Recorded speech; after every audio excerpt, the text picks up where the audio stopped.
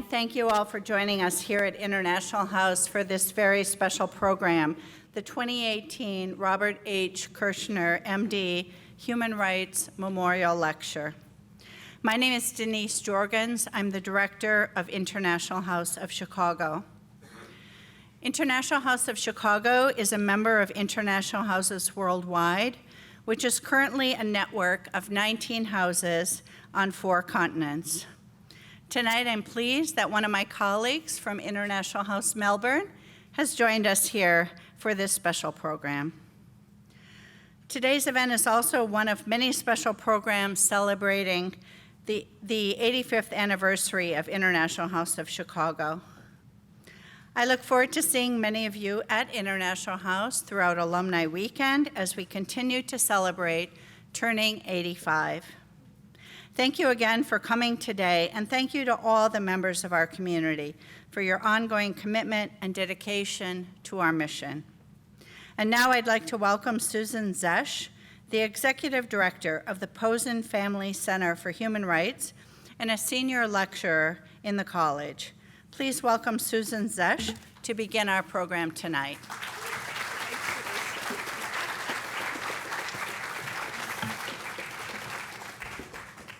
Good evening.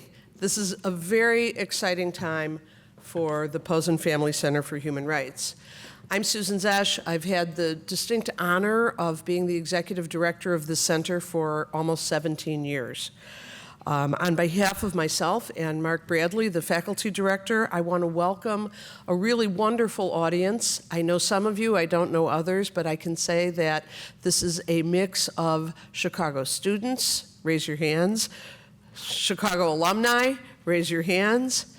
Some of Chicago's best civil rights lawyers and activists, raise your hands. And some of our donors and friends for many, many years. We want to particularly thank iHouse for being the wonderful venue for this series of lectures that's gone on, I think it's 11 years now.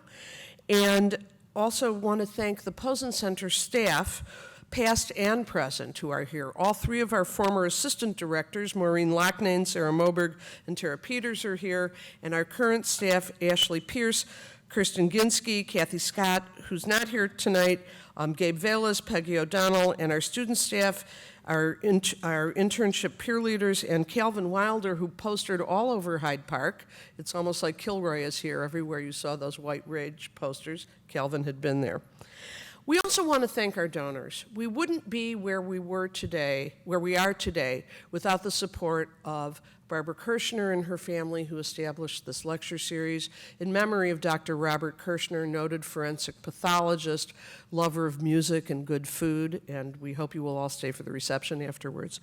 And Richard and Ann Posen, who started supporting our program over 12 years ago, and in 2014 gave us a generous endowment which has enabled us to expand our programming and really become an established institution on the South Side in the University of Chicago.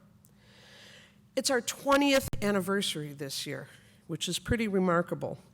We have built curriculum with participation of faculty and PhD students from across the university. We have a human rights minor. We are part of the College Core.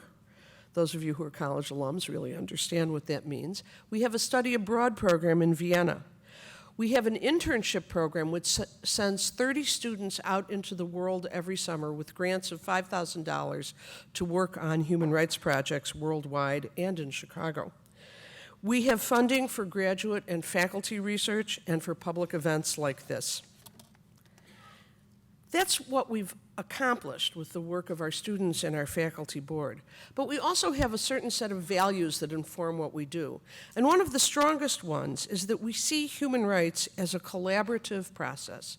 It's collaboration between researchers and academics, attorneys, communities responding to systemic abuses, and really needs to be seen as a complex web of activism and research which feed into each other and support each other to help both diagnose and end human rights abuses. Another value that we have in our program is that as academics and as practitioners, It's important to us to model to our students that they can base their careers on their social justice values. They don't have to give up those values in order to have a career. We believe that human rights as part of a liberal arts education helps our students become not only better citizens and participants in their community, which is the traditional role of liberal arts, it also helps them become better global citizens by giving them a grasp of a rights language that is used across the world. Now about tonight's program. Carol Anderson, who we will be more formally introduced in a few minutes by Dom Getachew, her first book, Eyes Off the Prize, to me was an eye-opener. It taught me in a very real way that human rights is not some God-given set of principles. Now, I knew that laws weren't either. I studied law and I knew that. But we sort of had this aura around human rights as this kind of sacred instrument that had been delivered in 1948 by a cooperative group of people in the United Nations. But Carol Anderson was telling us other very important parts of that story. And what she talks about in Eyes Off the Prize are the efforts in the post-war period of the African American community to make sure that their condition and their situation was brought into the light of international attention. It's a mission that was carried out at that time by W.E.B. Du Bois and a crew of authors who included two important Southsiders, Earl B. Dickerson, the first African-American graduate of the University of Chicago, and William Ming, who was at that time the first and only African-American faculty member at the University of Chicago Law School. And in fact, at that time, Ming was the only African-American on the faculty of any law school in the country that wasn't considered to be just a black law school. So there was significant South Side participation in this effort in 1947 to write an appeal to the world and present it to the United Nations. The NAACP, under pressure from Eleanor Roosevelt, decided to withdraw their endorsement of the petition. And when I read this story in Carol Anderson's book, it occurred to me, well, what was in the petition? And because it had been withdrawn from circulation by the NAACP, it wasn't online anywhere. I couldn't find it. My friend said I'd have to go to the Du Bois archives in Amherst. But then, lo and behold, there it was in the stacks in Regenstein, a little blue booklet that had been sold for 50 cents in 1947.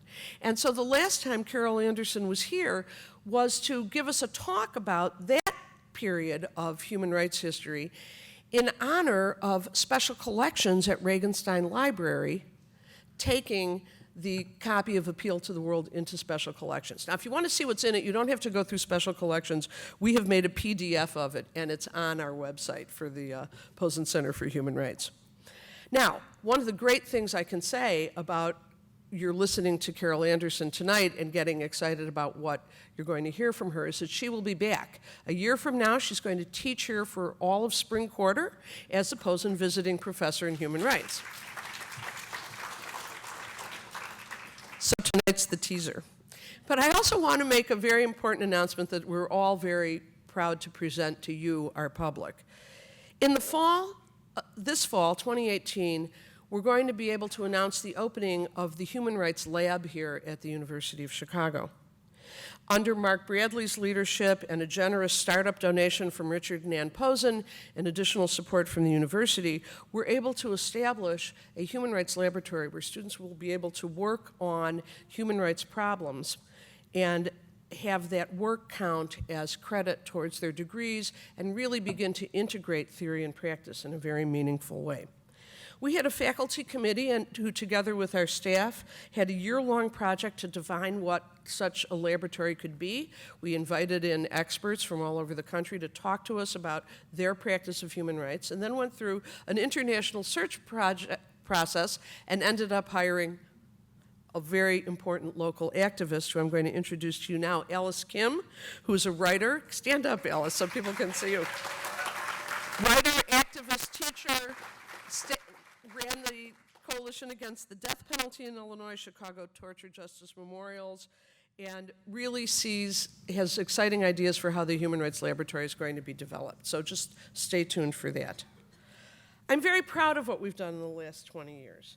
And I just want to welcome all of you to share this very interesting evening with us. You'll hear from Mark Bradley. He's going to be up here with Carol when she does Q&A after her talk.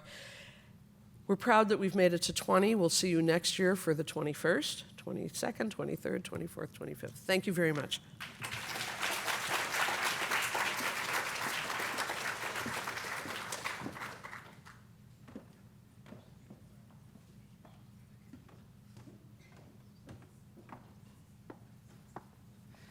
All right, good evening, everyone. I'm Adam Getachew. I'm an assistant professor of political science in the college here at the University of Chicago, and also a kind of member of the faculty board of the Posen Center. And it is my honor to introduce Carol Anderson. As we celebrate the 20th anniversary of the Posen Center for Human Rights here at UFC, I really can't think of any better person to commemorate this event, this moment, than Carol Anderson. So Carol Anderson is Charles Howard Candler Professor of African American Studies at Emory University. During the 2018-2019 academic year, she'll be a John Simon Guggenheim Fellow in Constitutional Studies, and as you heard, she'll be visiting with us again in the spring for the full spring quarter of 2019. Over the last decade and a half, Professor Anderson's work has uncovered the rich internationalist ambitions of the Black freedom struggle. Her 2003 book, Eyes Off the Prize, The United Nations and the African American Struggle for Human Rights, 1944 to 1955, traced how civil rights organizations, such as the National Association for the Advancement of Colored People and the National Negro Congress, appealed to new international instruments like the Universal Declaration of Human Rights and the Genocide Convention to internationalize the struggle for racial equality at home. Winning the Myrna Birth Book Award from the Society of Historians of American Foreign Relations and the Gustavus Meyer Outstanding Book Award, Eyes Off the Prize captured both the expansion of political possibilities in this internationalization and traced the tragic closure of the human rights movement in a context of anti-communism. Eyes Off the Prize was an early intervention in what is now the rich subfield of human rights history. Its method of looking at subaltern actors and social movements rather than the high politics of international organizations pioneered what we might call a human rights history from below, where human rights are declared and made by political actors on the ground. But while capturing the ways in which human rights enabled African Americans to seek new international solidarities on the international stage and leverage global public opinion against US racism, Professor Anderson never viewed human rights through rose-colored glasses. Instead, Eyes Off the Prize laid bare the founding dilemmas of international human rights law, namely that it aspired to universality and at the same time it was entrapped in the logics of sovereignty. She illustrated the ways in which this founding dilemma shaped the conditions of possibility for African Americans and other actors who tried to mobilize this new language of human rights. In her second book, published in 2014, Bourgeois Radicals, the NAACP and the Struggle for Colonial Liberation, 1941 to 1960, Professor Anderson returns to the second face of Black internationalism, by examining how the NAACP supported anti-colonial struggles around the world. Here, too, Professor Anderson makes critical interventions that upended conventional accounts. For example, in histories of African American involvement with anti-colonialism, historians had largely written off the NAACP as a bourgeois formation that was solely concerned with civil rights at home and within a nationalist frame. Professor Anderson demonstrates how this judgment obscures the range of NAACP projects and the ways that they had unlikely collaborations with radicals like the Trinidadian Marxist George Padmore. If Eyes Off the Prize illustrated how the anti-communism of the NAACP limited its efforts to internationalize the struggle for racial equality, Bourgeois Radicals illustrates that anti-communism and an embrace of racial liberalism did not foreclose a radical critique of colonial rule. Although both of these texts were concerned with the period between the 1940s to the 1960s, they remain timely texts that demand a reconsideration of African American politics, especially in recent years, as the Black Lives Matter movement has revived a tradition of Black protest politics. Anderson's texts lay out the global scale of the visions that animated the Black freedom struggle in the United States. Here in Chicago, activists have organized against police torture and violence under the banner of We Charge Genocide, the title of the 1950 report to the UN covered in Eyes Off the Prize. Moreover, in a gesture to the anti-colonial internationalism that Anderson illuminated in Bourgeois Radicals, the Movement for Black Lives platform that was published just 2 years ago centered anti-imperialism and international solidarity. But more than her first 2 books, Professor Anderson's White Rage, the topic of today's talk, explicitly links past and present by highlighting white backlash as a reoccurring feature of American political life. Published just in the last months of the Obama presidency and before the fateful 2016 presidential election, Anderson aspired, according to her introduction, to, quote, make white rage visible, to blow graphite into the hidden fingerprint and trace its historic movements across the past 150 years.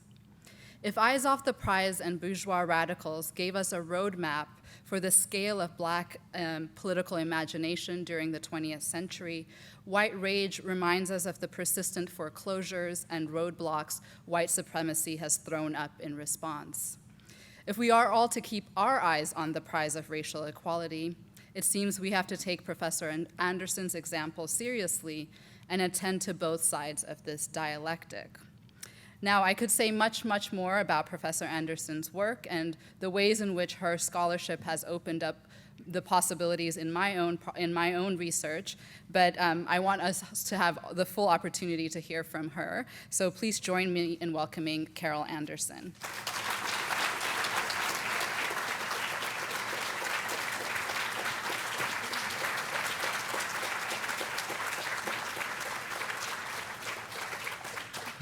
Hello. Wow, what an audience. I am honored to be here. I want to thank Susan Zesch, Mark Bradley, the Posens, and the University of Chicago for inviting me here. And I want to thank you because I realize this is a Thursday night. And you are here listening to a talk. So thank you for being here. And what I want to start with is to begin to explore how this Black woman got to white rage. Okay, and I can see almost an amen corner thing happening because the sister in the back went, mm-hmm. So it doesn't start where it might appear that it did, but it actually began in February 1999. When a Black man came home from a long, hard day's work and got home, he opened up the refrigerator, there's no food in there, but nothing he wanted to eat. You know that feeling. You get home, you open up the refrigerator, you're looking in it, refrigerator's looking back at you. And so he was like, but I'm in New York. And it's the city that never sleeps, so I know I'm going to be able to get me something to eat. And so he steps outside, he steps onto his porch, all of a sudden a car pulls up. 4 officers of the New York Police Department come out, guns drawn, and they start firing. 41 bullets later, Amadou Diallo went down. I knew we were going to have church up in here. I heard it. Amadou had no weapon.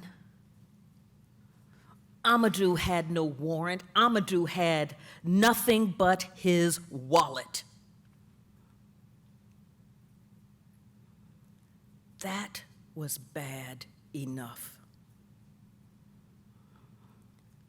But when I knew something had really gone off the rails was in a subsequent interview on Ted Koppel's Nightline with New York Mayor Rudy Giuliani.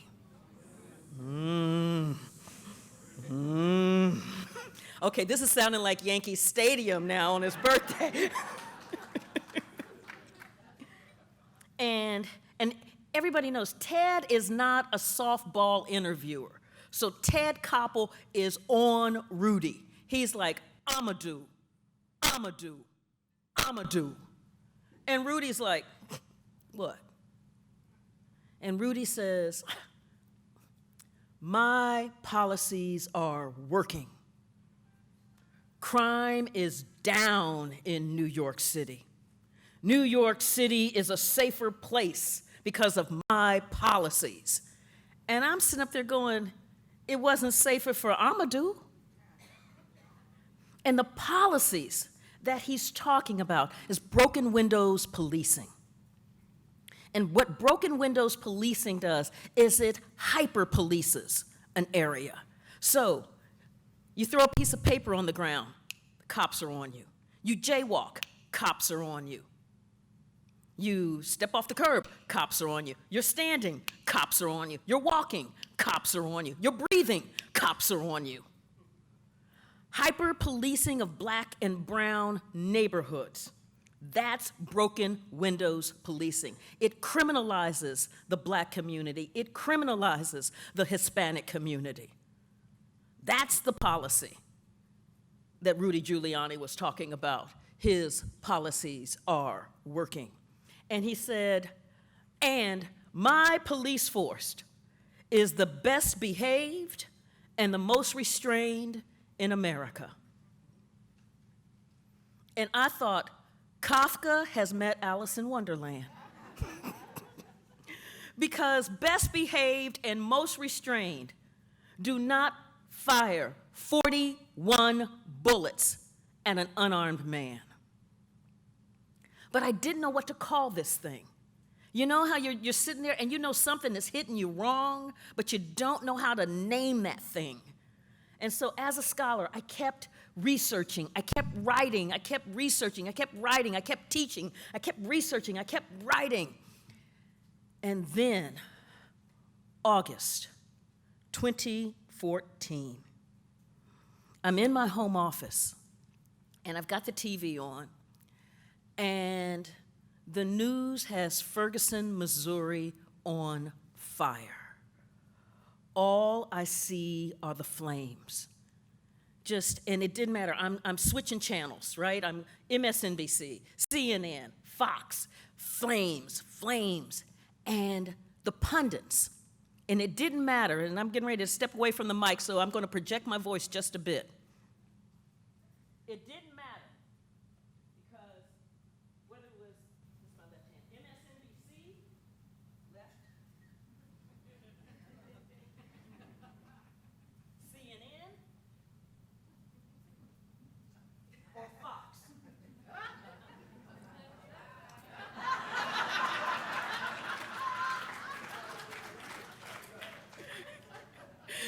It didn't matter. They were all saying the same thing. It was the narrative of black pathology that America needs. Ooh, look at black folks burning up where they live. Did you see black people burning up where they live? Look at them burning up where they live. Who burns up where they live? Did you see black people burning up? And I mean, I'm flipping the channels, and it's that same dominant narrative. And they kept talking about, ooh, look at all that black rage. Look at that black rage. And I'm shaking my head. And I'm shaking my head so much that I realized I was looking shoulder to shoulder to shoulder to shoulder. I'm shaking my head. I was like, this isn't black rage. This is white rage. Ooh. This is white rage. I had lived in Missouri for 13 years. I saw how Missouri operated. I saw how it systematically undermined African Americans' basic rights.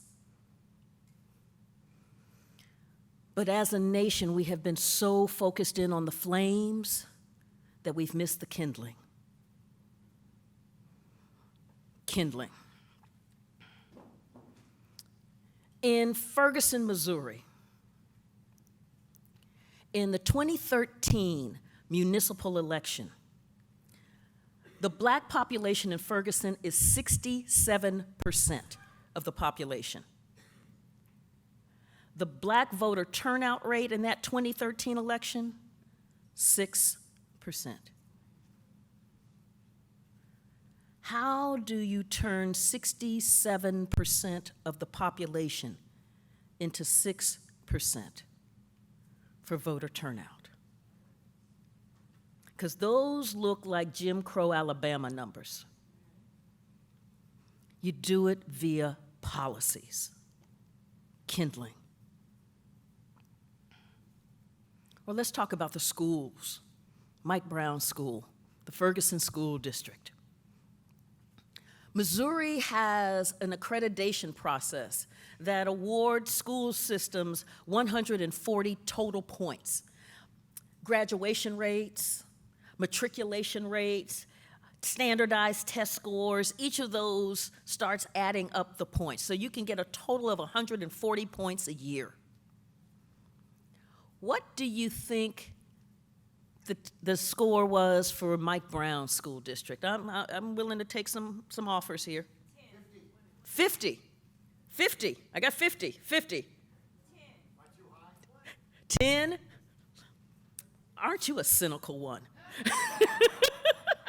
I got a 20. 25. 75. Oh, hope springs eternal. It was actually 10. On a 140-point scale, 10 points for 15 years. Now imagine a school system taking an entire generation of black children through a school system that can garner no more than 10 points on a 140-point scale. And I mean an entire generation. So from kindergarten through graduation as a senior, K through 12. And as policymakers, being comfortable enough with that to start sending another generation through. Because remember, we're talking 15 years. Imagine what that does in a knowledge-based economy. So we've got the disfranchisement happening, and we know via the incredible work in political science what a disfranchised, alienated population in a democracy means. And then you've got a population that's coming through that is being systematically not educated. Kindling. And then let's talk about the police force. We know that the police are here to serve and protect. We know, and you think about that, we didn't even have to pick up the hymnal, right? We knew the language. They are here to serve and protect. But in Ferguson, what they did was they didn't see themselves as there to serve and protect. They looked at that black population and saw revenue generators. What do I mean by that? If you're doing 26 and a 25,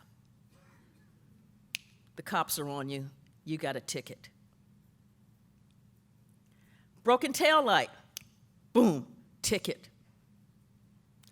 I didn't really see you signal when you made that lane change, ticket. And you begin to start thinking, because this is a working class population, you begin to start thinking about what these $50, $75, $100 tickets do.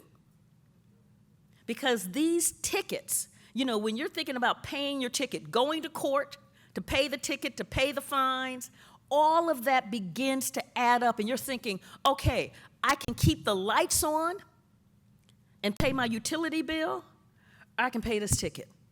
Because you don't have cushion. You don't have discretionary income. You don't have disposable income.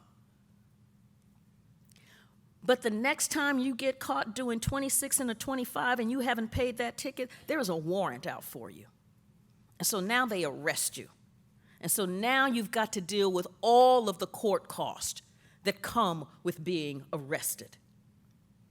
In Ferguson, Missouri, those fines, those court costs, amounted to 25% of the city's operating revenue.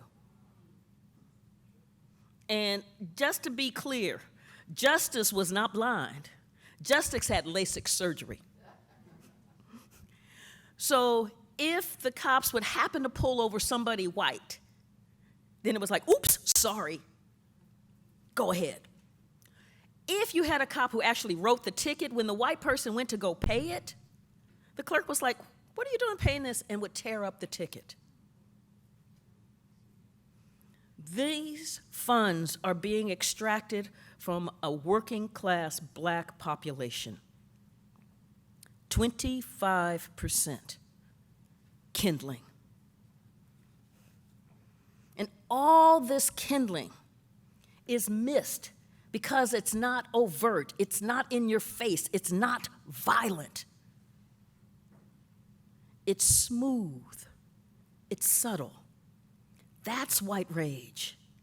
White rage works systematically, quietly, imperceptibly, through the courthouse, through legislation, through government bureaucracies.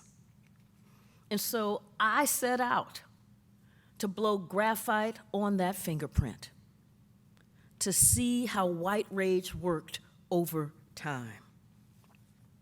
Now, one of the things as I began to research this, it became clear to me that the presence of black people is not the trigger for white rage. The presence of black people is not the trigger for white rage. It's black people who aspire, black people who achieve, black people who refuse to accept their subjugation, black people who demand their rights. That's the trigger for white rage.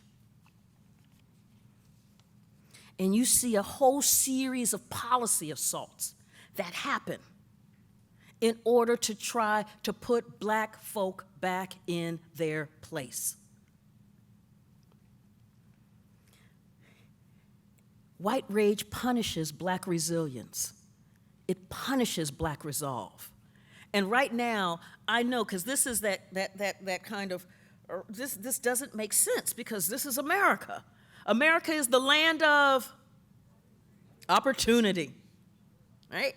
America is the land of opportunity where all you have to do is work hard. Oh yeah, see, again, the hymnal is not even out and you know the tune. All you have to do is work hard. All you have to do is pull yourself up by your bootstraps, right? Those are all of the things that you have to do.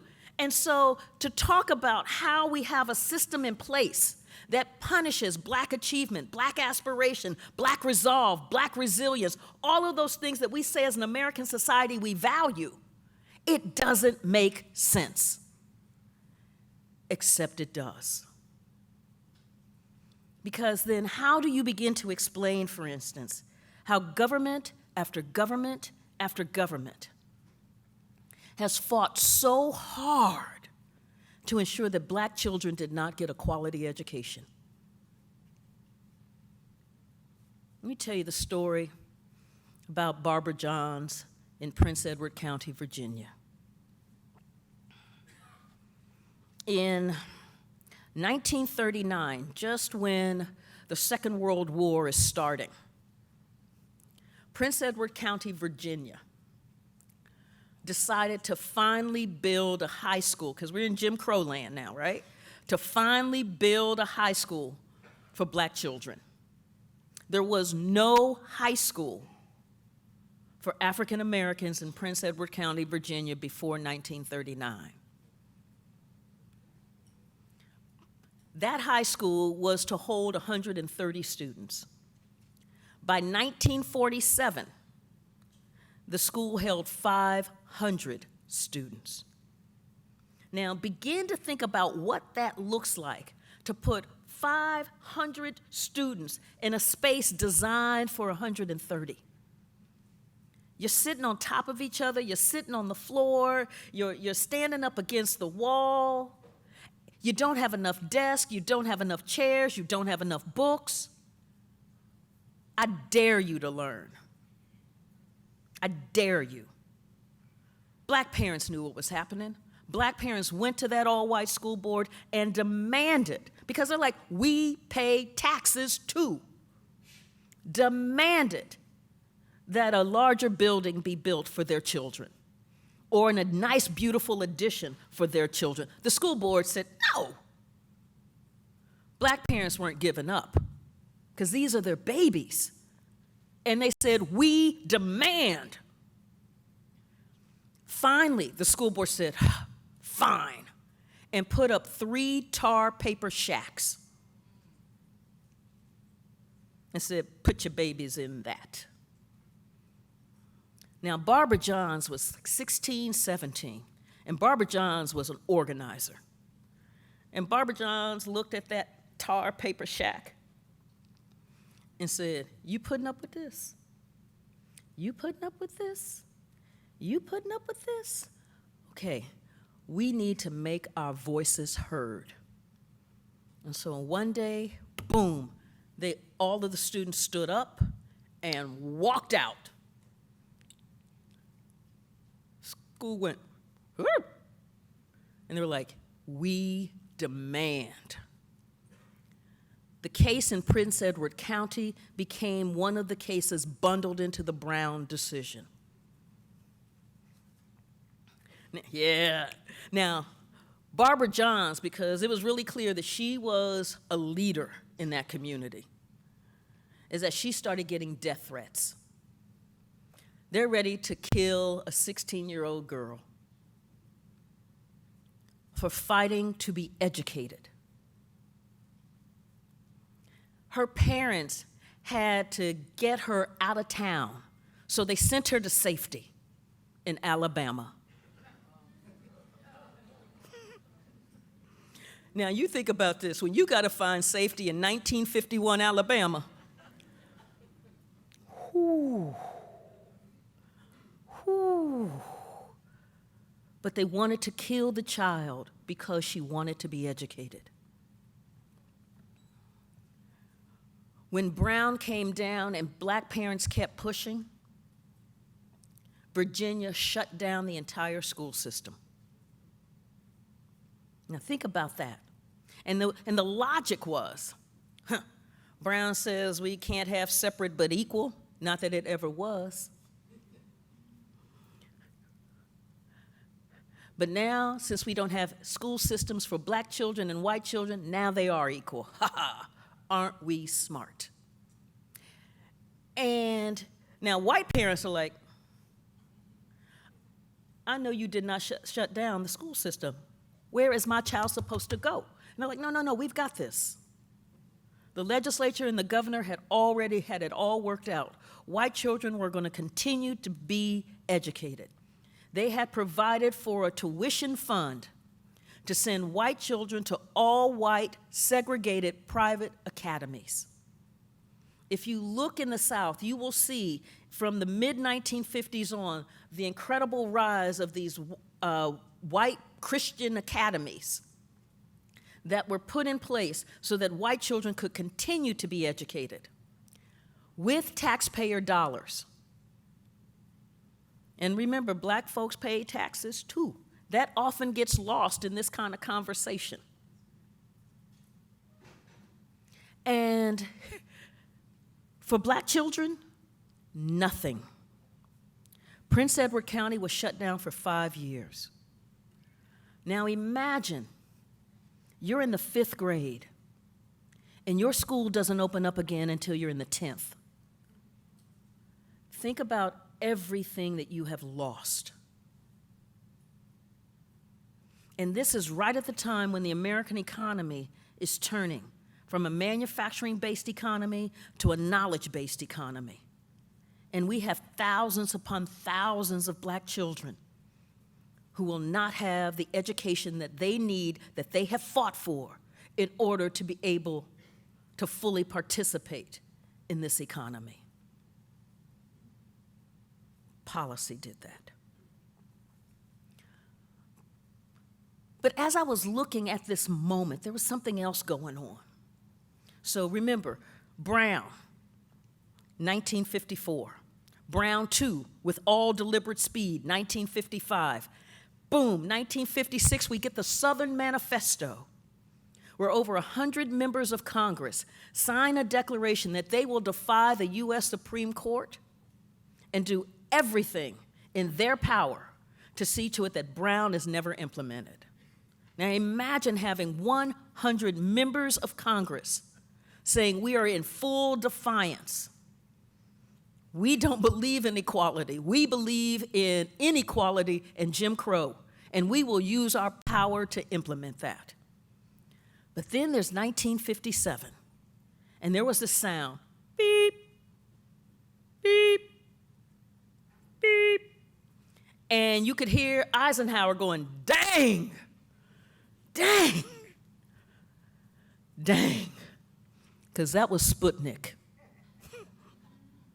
And what that meant was the Soviets had their arsenal, nuclear arsenal, but the US was a little cocky because they're like, yeah, they may have nukes, but they don't have the ability to get those things over the Atlantic or over the Pacific. So we will have our forward bases in Europe, in Germany, okay, but you know, in the homeland, we're good. Beep, beep, beep. And so Eisenhower's like, okay, okay, I'm telling you what we're gonna do. We're getting ready to break tradition. I'm getting ready to put forth the National Defense Education Act. And what that's going to do is to put hundreds of millions of dollars of federal funds into our schools and into our colleges and into our universities in order to create the brain power to fight the Cold War. We need to have the scientists and engineers that can give us the technological advances so that whatever the Soviets have, we are always ahead of them.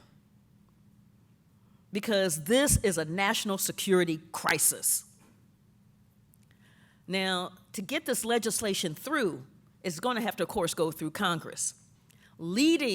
Shepherding this legislation were the congressman and the senator from Alabama. That almost sounded like spoiler alert, didn't it?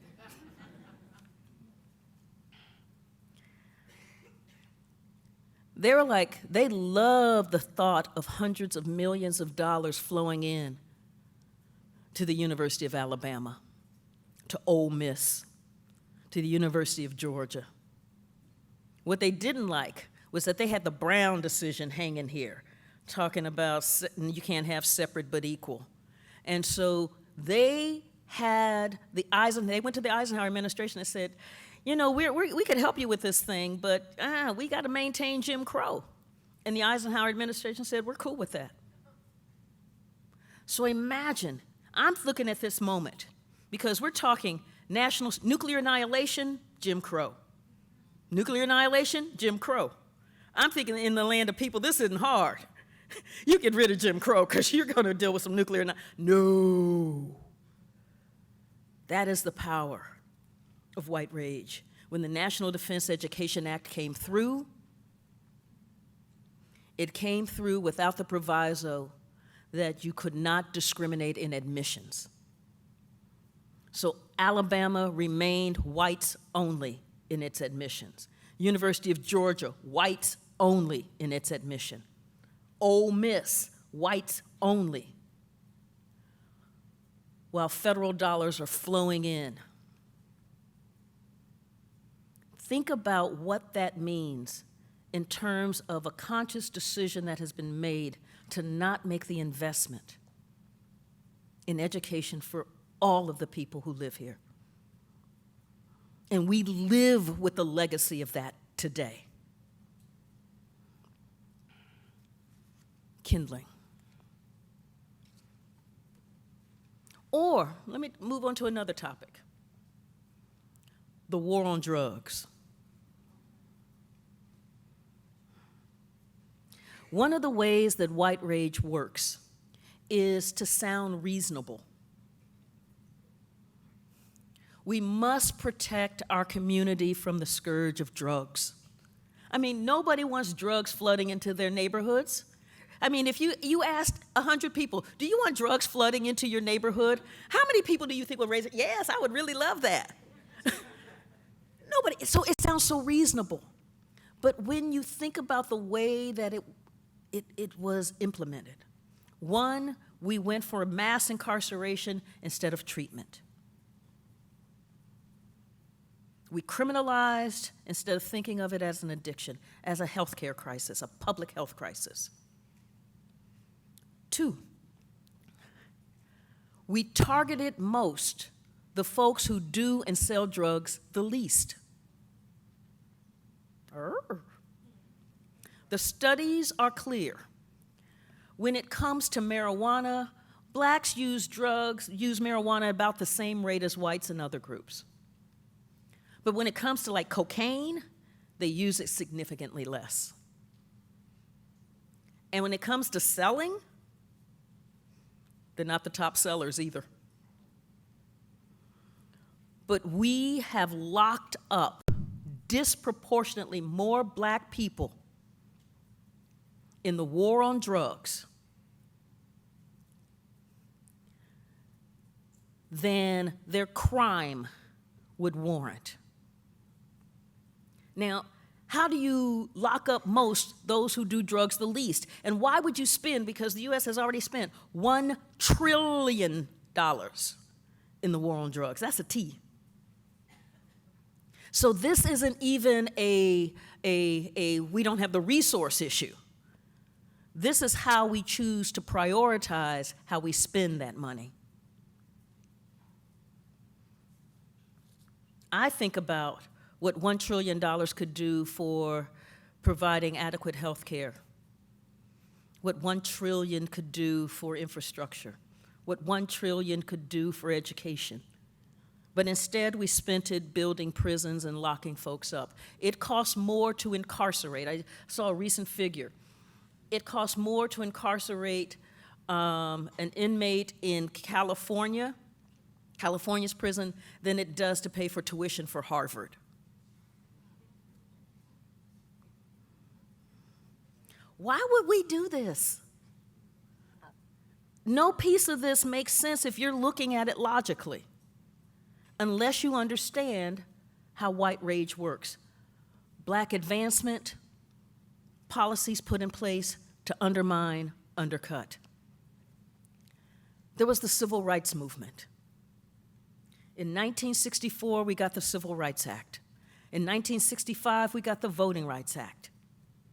In 1971, Nixon launched the war on drugs, and then with Reagan, it was on steroids.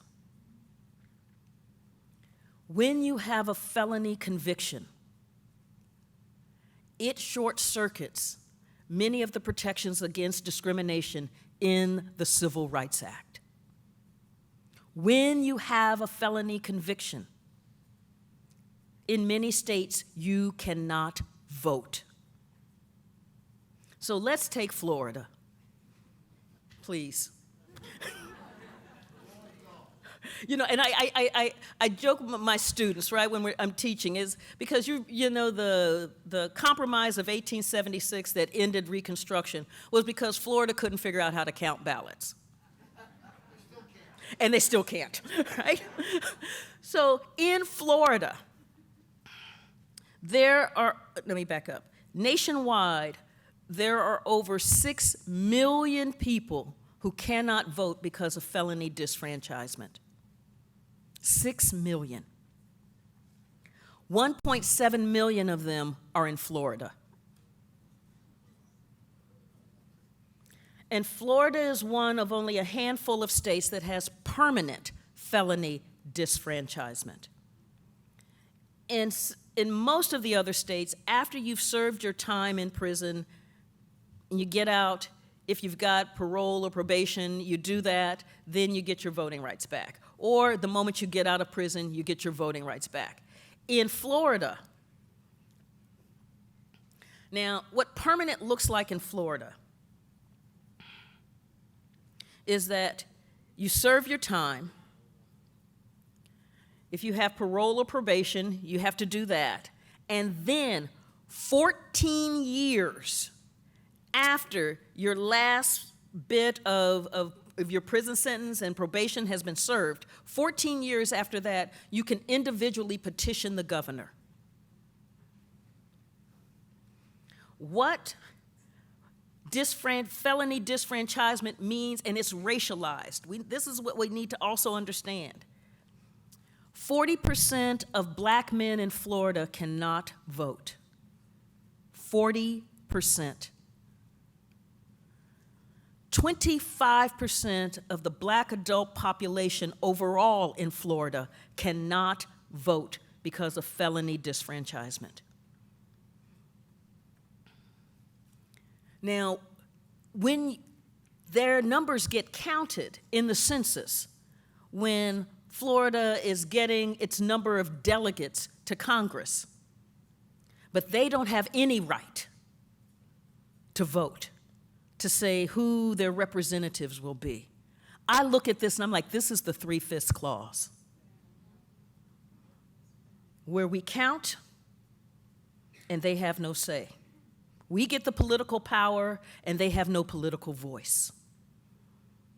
This is America in 2018. Speaking of which, the right to vote. We punish black people for voting.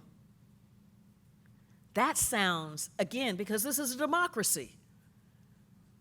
This is where we stand up as they're the beacon of the free world, and we send out, monitors for elections.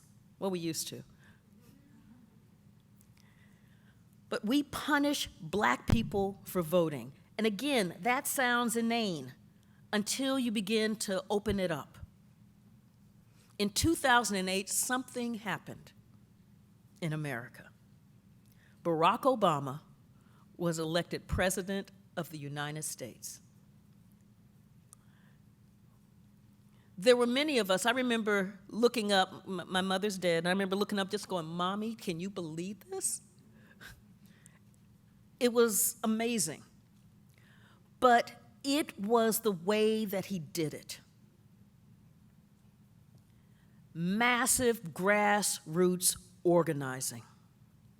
In the 2008 election, 15 million new voters came to the polls. 15 million new people who previously did not believe they had a stake in this government, had a stake in this nation, showed up at the polls and voted. We should have been doing the dance of joy. Because again, what it means to have 15 million people then buy into the system, it means that you've got a vibrant system. But when you looked at the demographics of those 15 million, 2 million new African American voters showed up at the polls. 2 million. 2 million new Latinos showed up at the polls. 600,000 new Asian American voters showed up. And almost a doubling in the percentage of the poor, those who made less than $15,000 a year. The response to that demographic voting has been a wave of voter suppression laws, targeted specifically at each one of those demographics. Let's take voter ID. Because voter ID sounds like, well, we've got all this rampant voter fraud. How many have heard about the massive voter fraud that we have? Yeah, voter fraud, rampant voter fraud, rampant voter fraud. Okay, so first let me deal with that piece. Justin Levitt, a professor, a law professor out of California, he did a study from 2000 to 2014, looking at all of the cases of voter identification fraud, people impersonating somebody to vote. Out of 1 billion votes, he found 31 cases. 31 out of 1 billion. That's almost Carl Sagan-ish, isn't it? In Texas, when there was a hearing going on about Texas's voter ID law, the judge said, Greg Abbott, who was the attorney general at the time, he's now the governor, he said, well, we've got rampant voter fraud. That's why we have to have this law. That's why we have to have this law. We've got rampant voter fraud. And so Judge Ramos said, okay, how many cases do you have? He says, a lot. No, really, how many? It's rampant. How many? 2. So I'm like, is that rampant?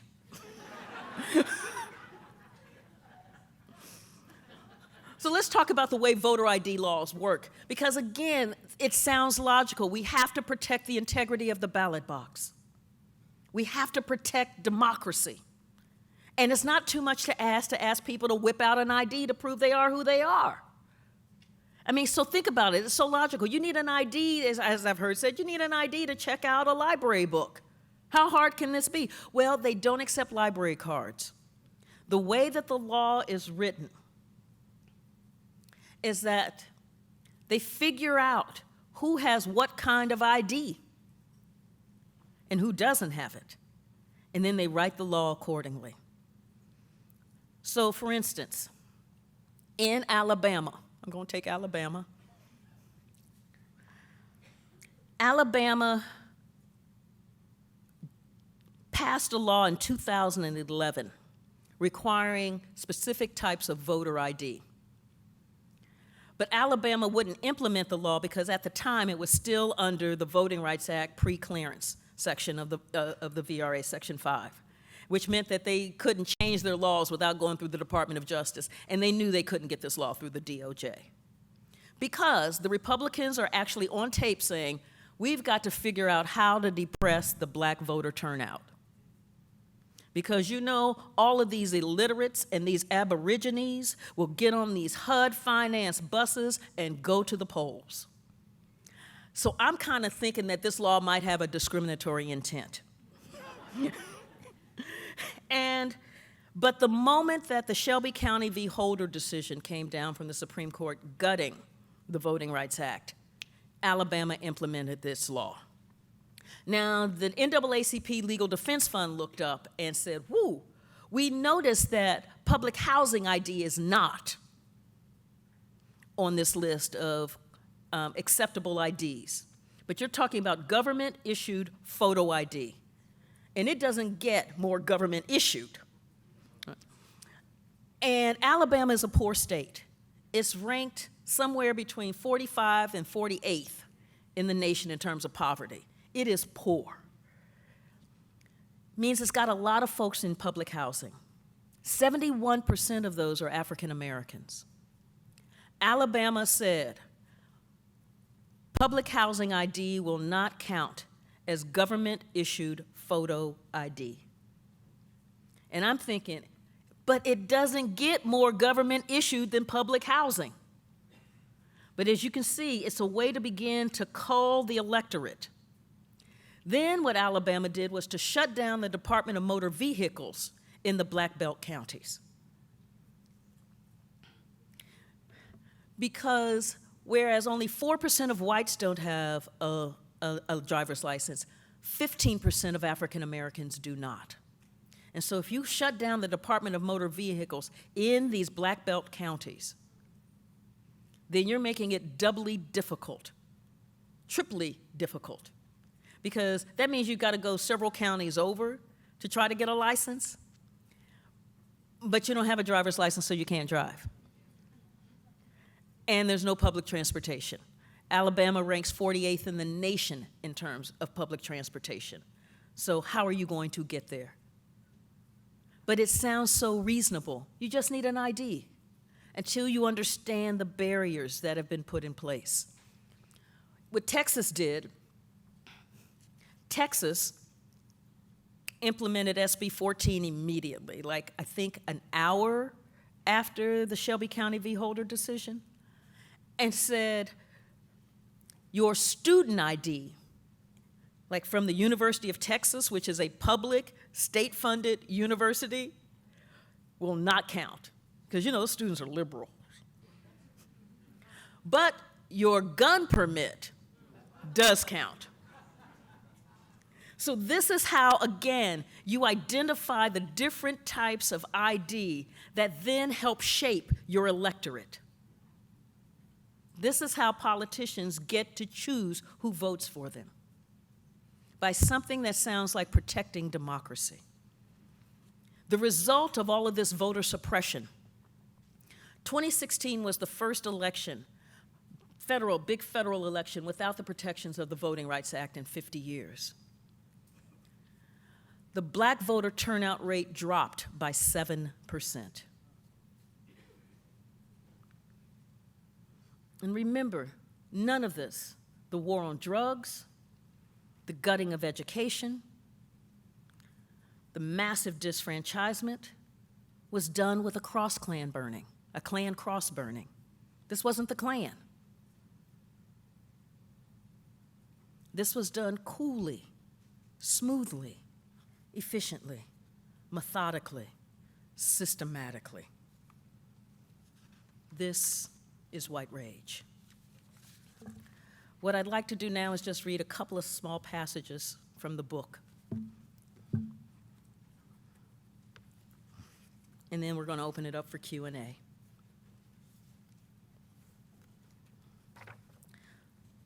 First one deals with the war on drugs. And I got to put my glasses on because I'm not 25 anymore. So in this, I start laying out the components that Michelle Alexander had done so beautifully with the ways that the Supreme Court decisions had embedded racism into the operating code of the war on drugs with a series of rulings. Taken together, those rulings allowed, indeed encouraged, the criminal justice system to run racially amok. And that's exactly what happened on July 23rd, 1999, in Tulia, Texas. In the dead of night, local police launched a massive raid and busted a major cocaine trafficking ring. At least that's how it was billed by the local media, which, after having been tipped off, lined up to get the best, most humiliating photographs of 46 of the town's 5,000 residents, handcuffed, in pajamas, underwear, and uncombed bed hair, being paraded into the jail for booking. The local newspaper, the Tulia Sentinel, ran the headline, "Tulia streets cleared of garbage." The editorial praised law enforcement for ridding Tulia of drug-dealing scumbags. The raid was the result of an 18-month investigation by a man who would be named by Texas's Attorney General as Outstanding Lawman of the Year. Tom Coleman didn't lead a team of investigators. Instead, he single-handedly identified each member of this massive cocaine operation and made more than 100 undercover drug purchases. He was hailed as a hero. And his testimony immediately led to 38 of the 46 being convicted, with the other cases just waiting to get into the clogged court system. Joe Moore, a pig farmer, was sentenced to 99 years for selling $200 worth of cocaine. Kizzy White received 25 years, while her husband, William Cash Love, landed 434 years for possessing an ounce of cocaine. Well, the case began to unravel, however, when Kizzy's sister Tanya went to trial. Coleman swore that she had sold him drugs.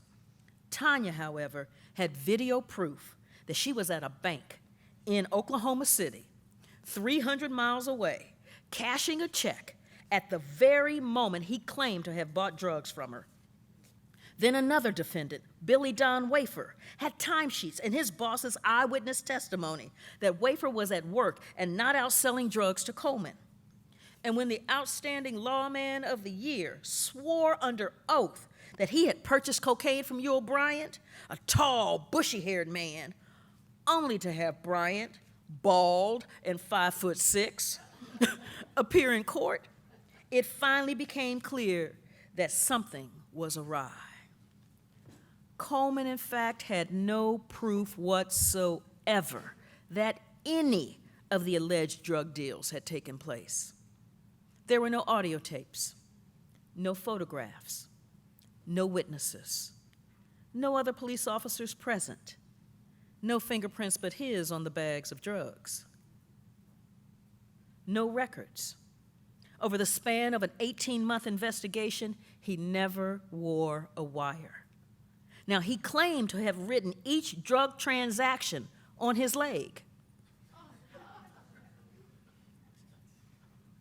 but to have washed away the evidence when he showered. Okay, I'm going to stop right there for a minute. Because we have two bad things happening, at least. Either the man has not showered in 18 months, or he goes out, he buys some drugs, writes it down on his leg, go shower, dang! Then goes out, buys some drugs, writes it on his leg, dang! Then he goes out for 18 months. Woo. Additional investigation led to no corroborating proof. When the police arrested those 46 people and vigorously searched their homes and possessions, no drugs were found, nor were weapons, money, paraphernalia, or any other indications at all that the housewife, pig farmer, or anyone else arrested were actually drug kingpins. What was discovered, however, was judicial misconduct running rampant in the war on drugs in Tulia, Texas. Coleman had accused 10% of Tulia's black population of dealing in cocaine. Based on his word alone, 50% of all the black men in town were indicted, convicted, and sentenced to prison. One man said, "Tulia, that's a mass lynching. Taking down 50% of a male black population like that, it's outrageous. It's like being accused of raping someone in Indiana in the 1930s. You didn't do it, but it doesn't matter, because a bunch of Klansmen on the jury are going to string you up anyway." But this wasn't 1930. It was the beginning of the 21st century, and a powerful civil rights movement had bridged those two eras.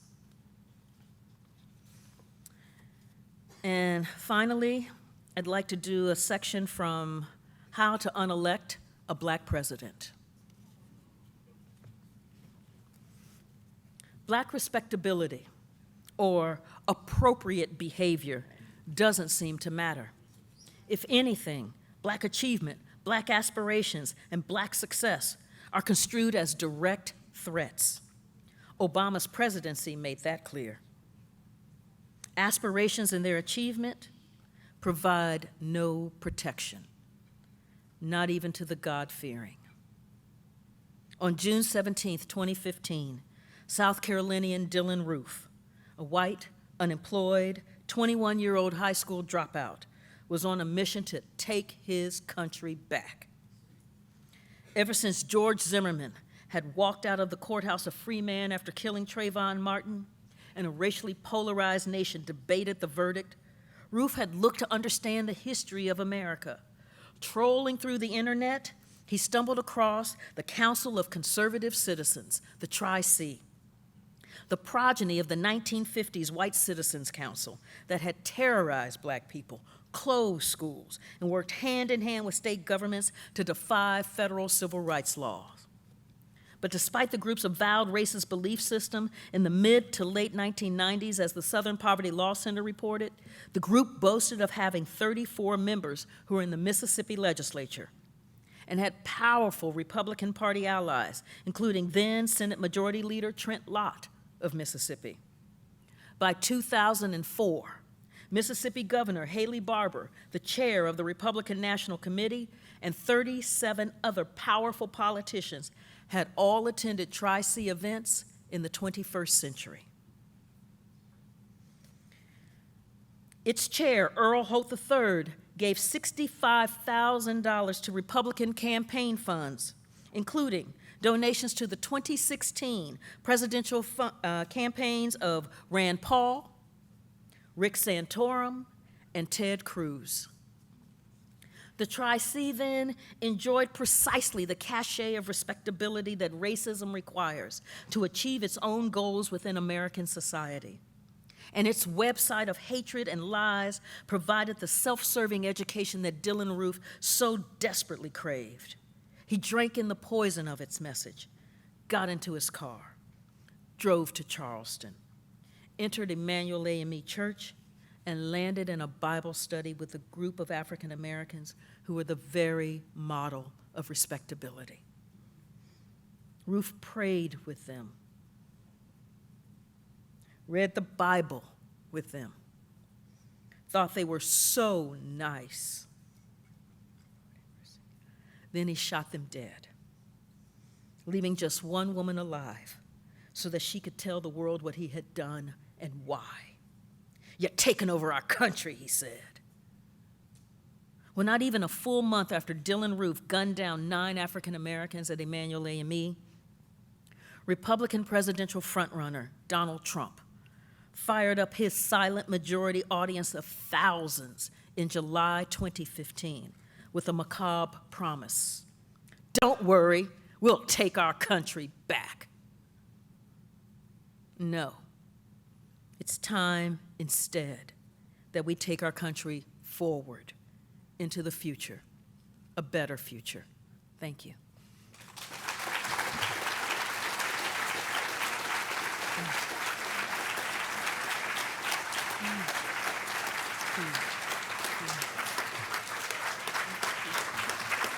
Wow, thank you.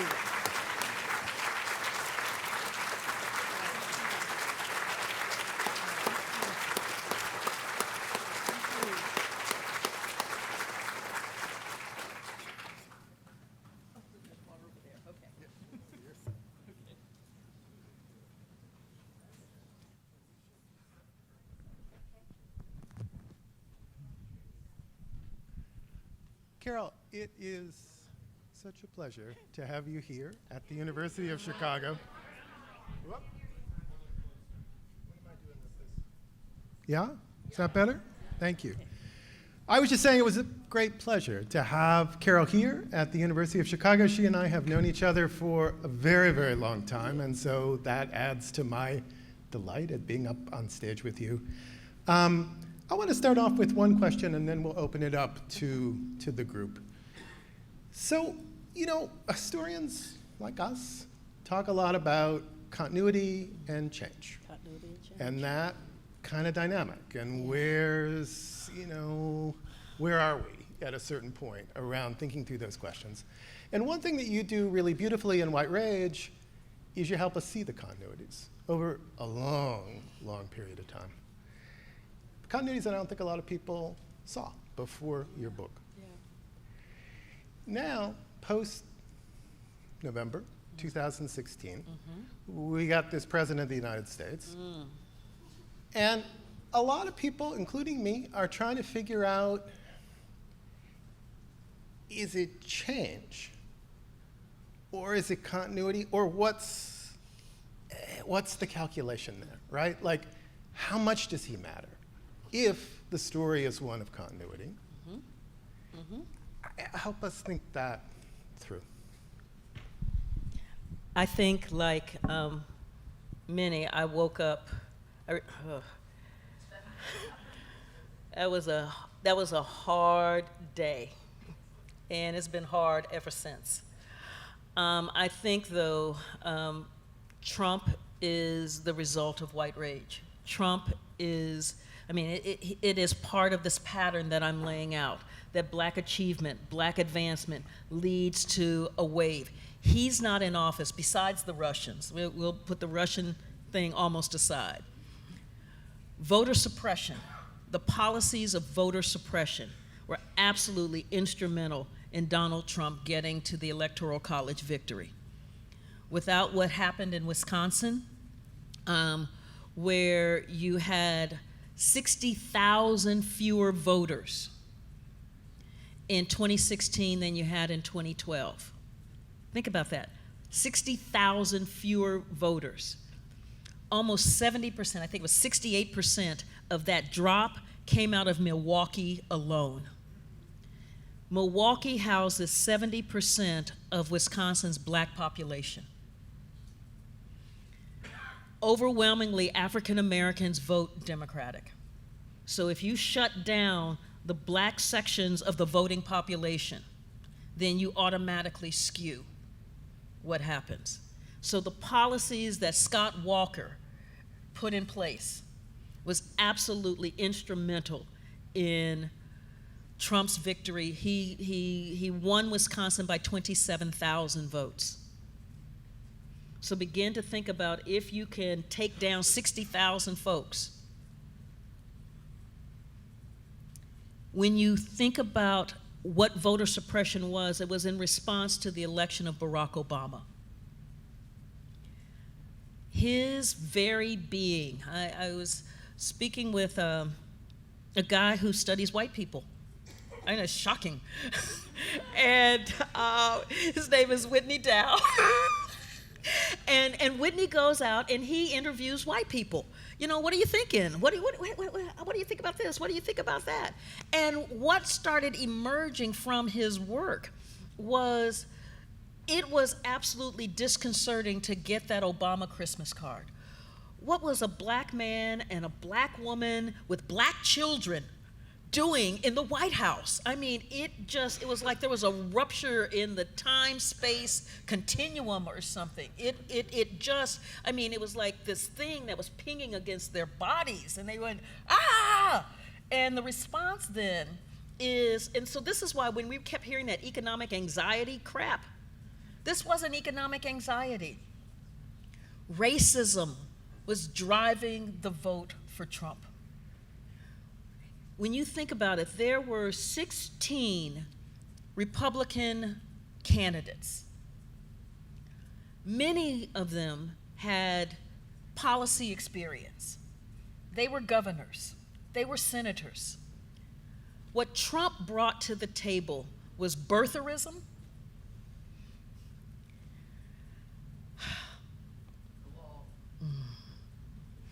the wall. Mexicans are rapists. Muslims are terrorists. Blacks live in hellholes. He brought that kind of unvarnished white supremacy. When you have a field of 16 and he's the one who wins, it tells you what is driving this. This is the policy backlash. And voter suppression helped make this happen.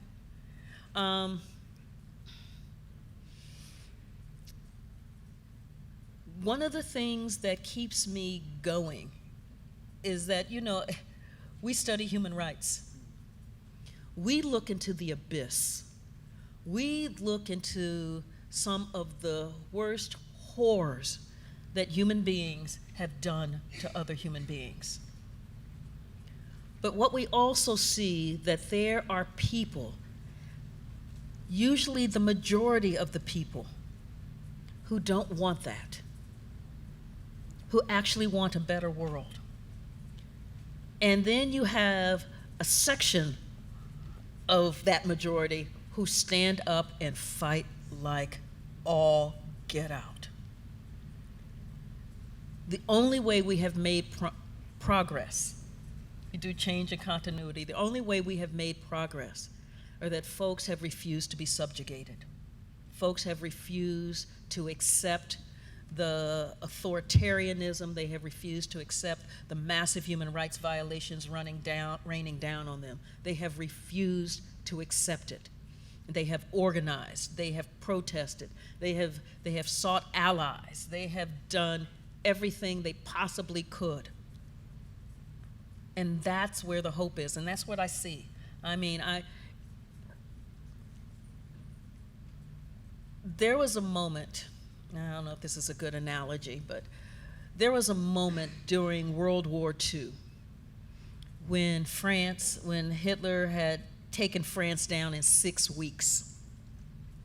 And so, you know, when you looked at the map of Europe, it looked like Hitler owned everything.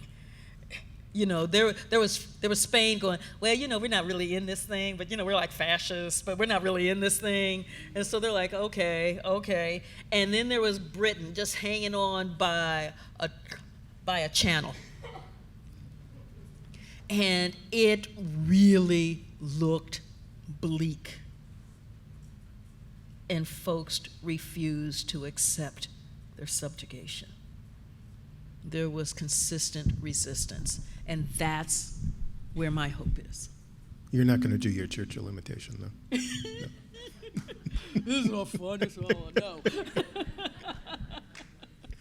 no. We've got a mic set up here and maybe someplace else if people want to come forward and ask some questions of Carol. That would be great. And do we also have like Twitter questions or social media questions that we were going to do? As Kirsten, you got that. Okay, great. Yeah, go ahead, please. Thank you so much for this talk. You are very brave, and I just want to praise you for that. As somebody that works in the same field and is about to be minted next week, I'm honored to hear you, and I am edified by you and encouraged by you as another person looking into the abyss. What I have been wondering about since Trump's election, if I can put it crassly, is how much I can trust white people, period. And to put it less crassly, to what extent is white rage a mob mentality? To what extent does the individual have power and agency over changing that? Because I have not seen evidence of that power and agency either in my own interactions with folks or in the news. And I wonder finally what the effect, and you've talked a little bit about this already, what the effect of orchestrating a policy that has a built-in denial aspect to it is doing to the white psyche in this country, that there is, as James Baldwin would say, willful innocence, and I would think there's a willful innocence escape hatch in every piece of policy that happens where it's never about race. And we who are not white know that it is always about race at the end of the day when it comes to us. It might not be about race when it comes to you all, but it is about race when it comes to us and how we are treated. So I wonder about that, and is there redemption there, and what kind of work can we be doing in terms of rebuilding what I think is a damaged hope for coalitionary efforts?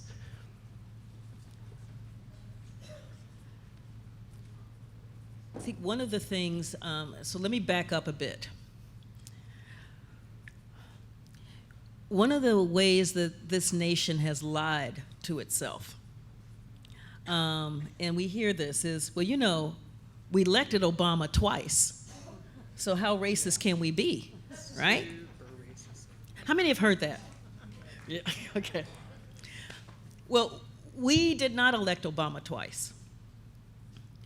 Again, that coalition that he brought to the table was absolutely essential. In both the 2008 and in the 2012 election, Obama did not get the majority of white votes.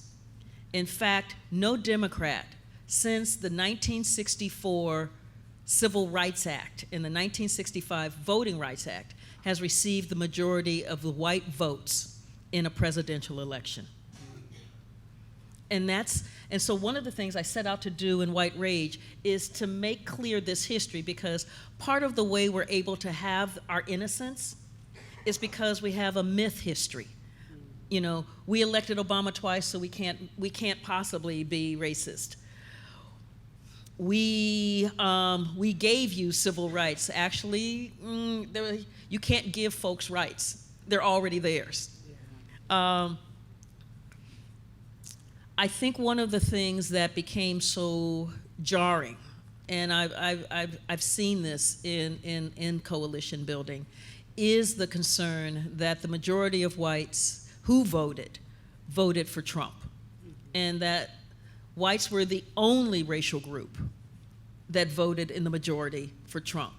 And given Trump's overt racism, I mean, this stuff isn't sanitized, it isn't couched, it isn't, you know, there is no dog whistle there. I mean, it's like, who let the dogs out? Hoof, hoof, hoof, hoof, right? So, I mean, it is just raw in your face. That there is this concern that if the majority of whites who voted for him, then what the heck, you know, how do we move past that? Yeah. And what I deal with is, like, one of the things that I lay out in White Rage is that you have white folks who get it, who really get it.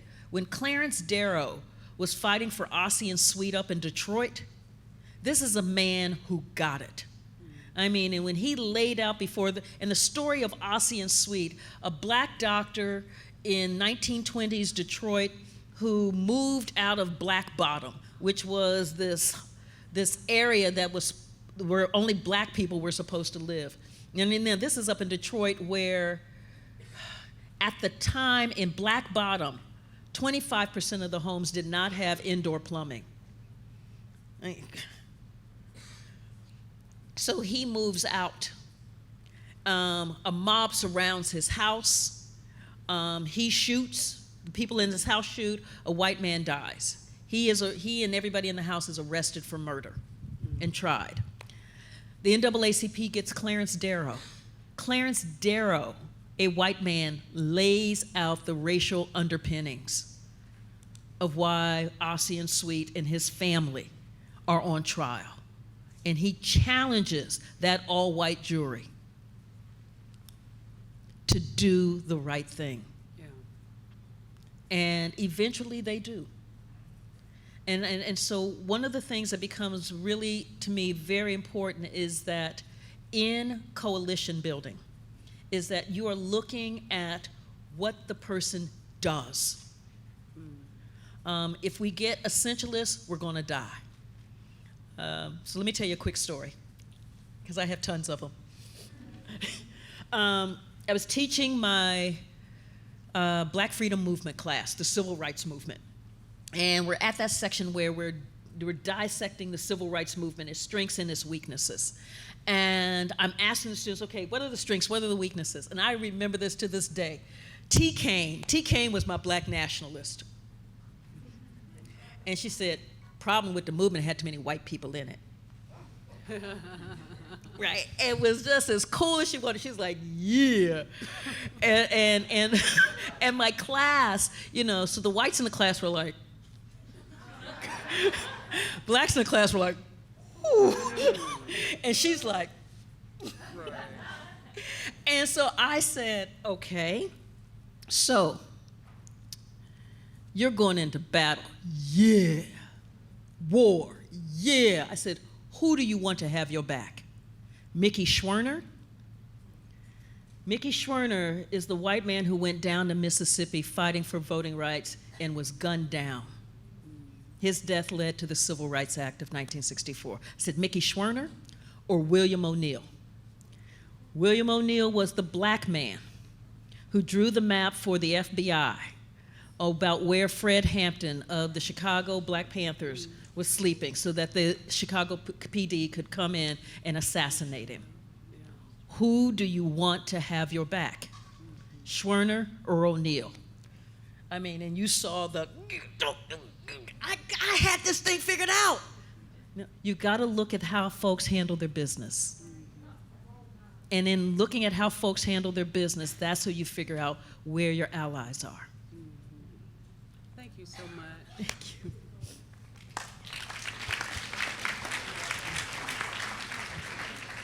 Hello, my name is Diego, and I am from Mexico. I do research here in cognitive development and policy with children in the south and the west sides of Chicago. So a lot of black children, a lot of brown children, and a few white children that I would say they are also victims of white rage that are trapped there in the economic deprivation. In the past few weeks, I have met little black children and brown children that are geniuses, 3-year-olds that are just amazing. And as much as that gives me hope, I am very afraid. Yes. For the reasons that you have brilliantly exposed, and also because of the horrors that I see every day there. My question is, given how the international landscape is, and me being from another country working here, what do you think? Because I see the struggle and the potential of these children, and I see not a problem in this nation, but an international issue. What do you think about the hope and the catastrophe that we have before us internationally?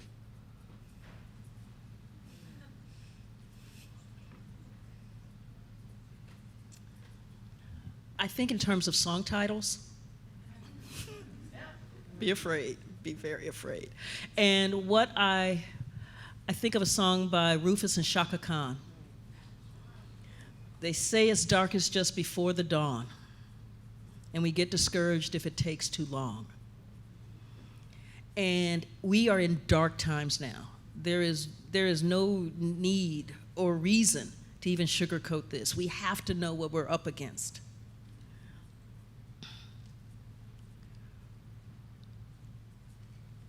The hope, I mean, I keep going back to this, is that folks aren't rolling over. I mean, right after the inauguration, you had how many millions of folk out? Over 1 million women? Over 1 million women marching. When Trump instituted his Muslim ban,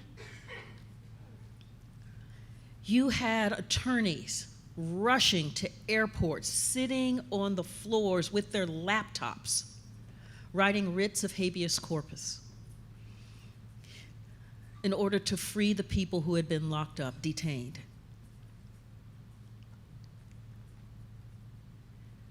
And I would say that throughout this world, I mean, you have folks who are in Vladimir Putin's Russia who are marching and protesting against his regime, knowing that he will kill you. And there they are, being photographed, marching and protesting against his reign. That's where the hope is. The hope is in that fight. I don't mean to be mamby-pamby or Pollyannish about this. This is a struggle. This is a war, without question. And everybody does that piece that they do well. I mean, there are some folks who are born leaders. There are some folks who are great artists. There are some folks who are really good at providing the care and nurturing and healing that the warriors need. There are some folks who are great educators. There are some folks who are really good at organizing. Everybody doing what they do best to take down regimes that are about the systematic violation of human rights.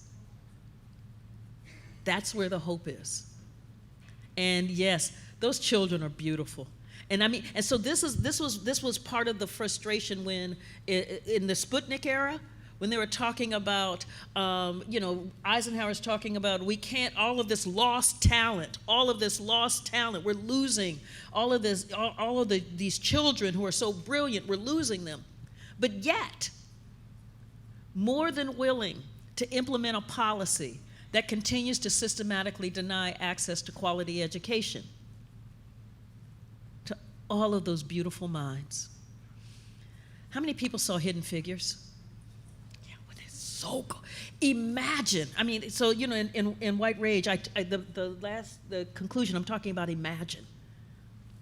Imagine if we had really made that kind of investment in education and implemented Brown. What a different nation we would be. Wow. it's still not too late. But I feel sometimes like the U.S. is a boxer that's taken one body blow too many. And at a certain point, and we need to realize we're at that moment. We are at that moment. And internationally, it's thinking about what a new world order looks like with the U.S. in decline. Yeah. Do we want to do one like social media thing just to make sure that we actually do this? Not to get in your way, but yep. Okay. All right. Shorter. What are we doing? Well, I can go ahead. Yeah. Okay. Hi there. My name is Bernard Branch. I'm a supporter of the views of the Workers' Vanguard, which is a socialist newspaper. Today is May 31st. So, just want to tell the audience what happened on May 31st, what began on May 31st, 1921 in Tulsa, Oklahoma. Mm-hmm. That was the Tulsa Pogrom. Where a situation where the white citizen councils and the elite figured that it was time to put black people back in their places. So that's kind of like the day in which we meet. It lasted for a couple of days. Mm-hmm. Now as to the book, this book is pretty descriptive of what black existence is. The United States. Black people are a race, color, caste, forcibly segregated at the bottom of society. This is bedrock to American capitalism. It is not an idea of individual races. This is how the system was founded. Ever since the legacy of slavery and the defeat of radical Reconstruction. Now,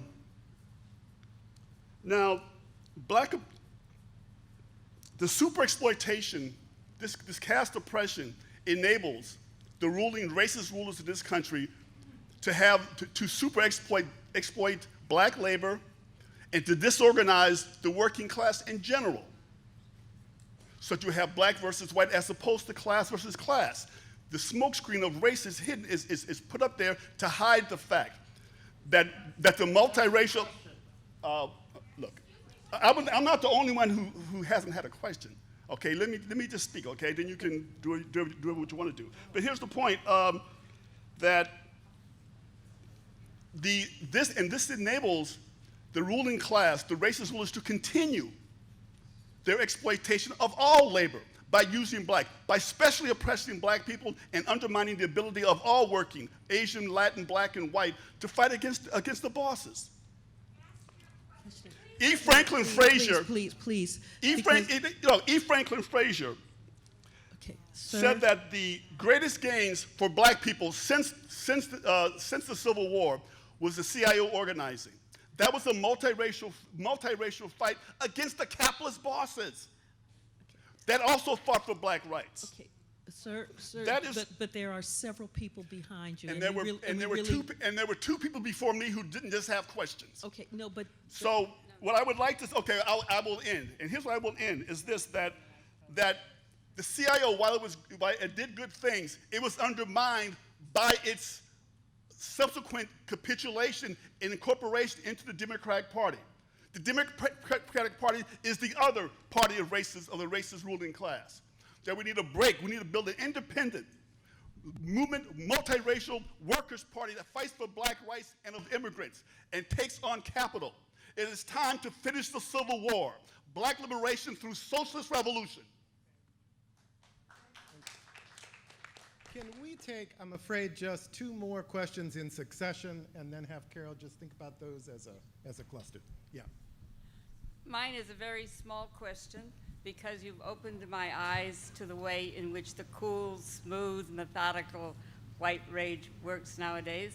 After this reunion, I'm going up to my family in Wisconsin, and so I'm very concerned about what happened to the voters in Milwaukee, and what is it that the governor and those who worked with him did to keep those 60,000 African Americans away from voting.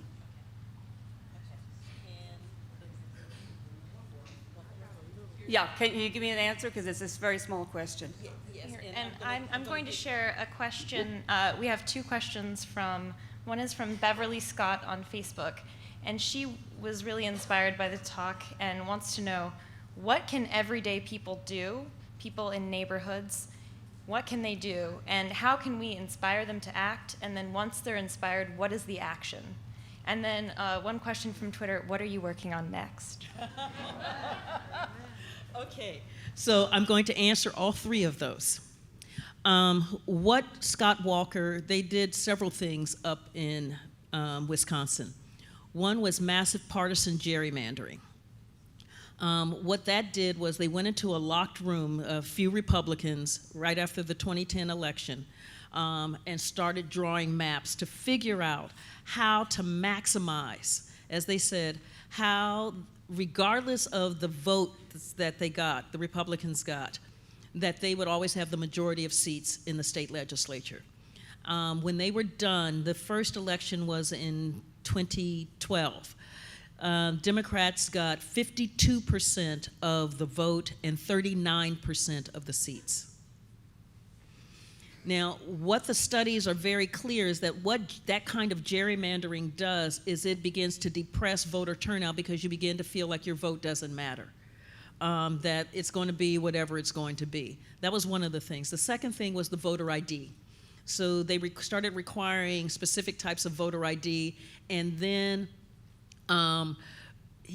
Scott Walker went to shut down or limit the hours of the Department of Motor Vehicles in Milwaukee, while expanding the hours in the suburbs and in the rural areas.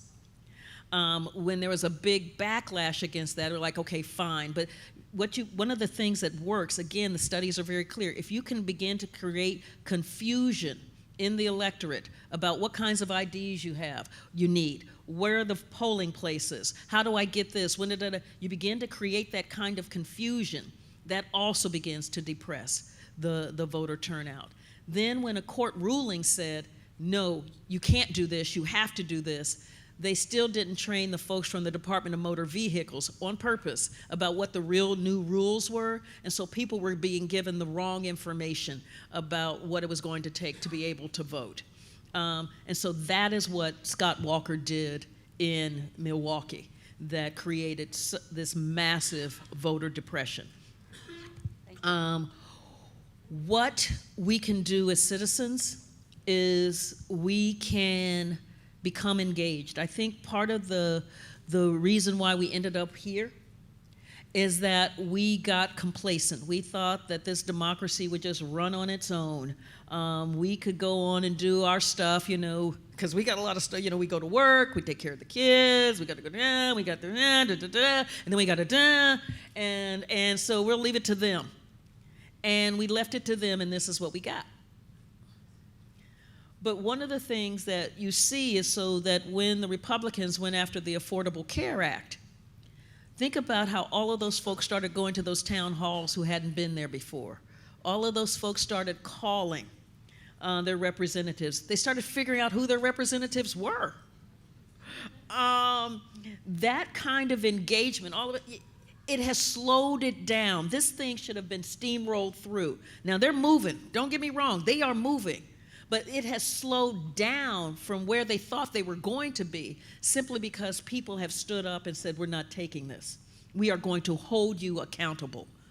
What we must do is to know who these representatives are. We must hold them accountable. We must register to vote. We must vote. In America, we have one of the, if not the lowest voter turnout rate of any of the major democracies. In Texas alone, one of the reasons why you're trying to figure out demographically why a state that has the demographic composition of Texas has Ted Cruz and John Cornyn as their senators is because you have more unregistered voters in Texas than you have in terms of the total population of 20 states. Texas has put in place a series of laws about registering folks to vote that make it very, very difficult to do so. We need to figure out how to crack that code. and register people to vote and then get people to the polls. What I'm working on. So I've just finished a book called One Person, No Vote, How Voter Suppression is Destroying Our Democracy. And it will be out in September. And I walk us through voter suppression, the history, and then each of these methods: voter IDs, voter roll purchase, gerrymandering. But that last chapter is on the resistance. And in that chapter on the resistance, I look at Alabama, that election, the 2017 December election with Doug Jones and Roy Moore, because Alabama deployed every voter suppression method out there against those black belt counties, against the folk who live in those black belt counties. Went after them with everything that they had. And civil society rose up and said, "Not today, Satan."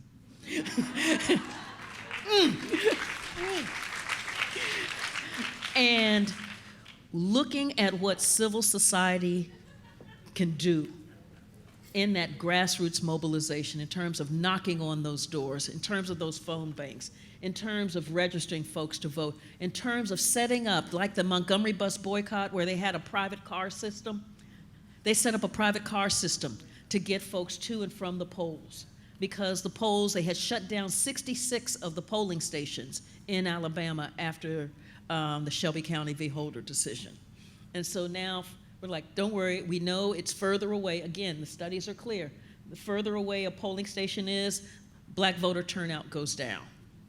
So watching civil society do that work, amazing. The piece that I'm going to be working on here at the University of Chicago with the Guggenheim, oh my God.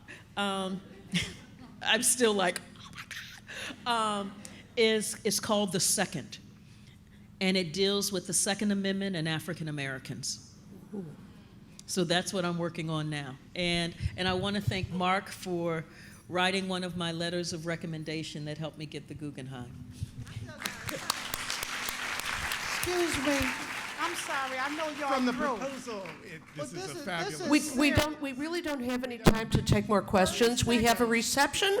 Carol Anderson will be in the library room. You can. 30 seconds.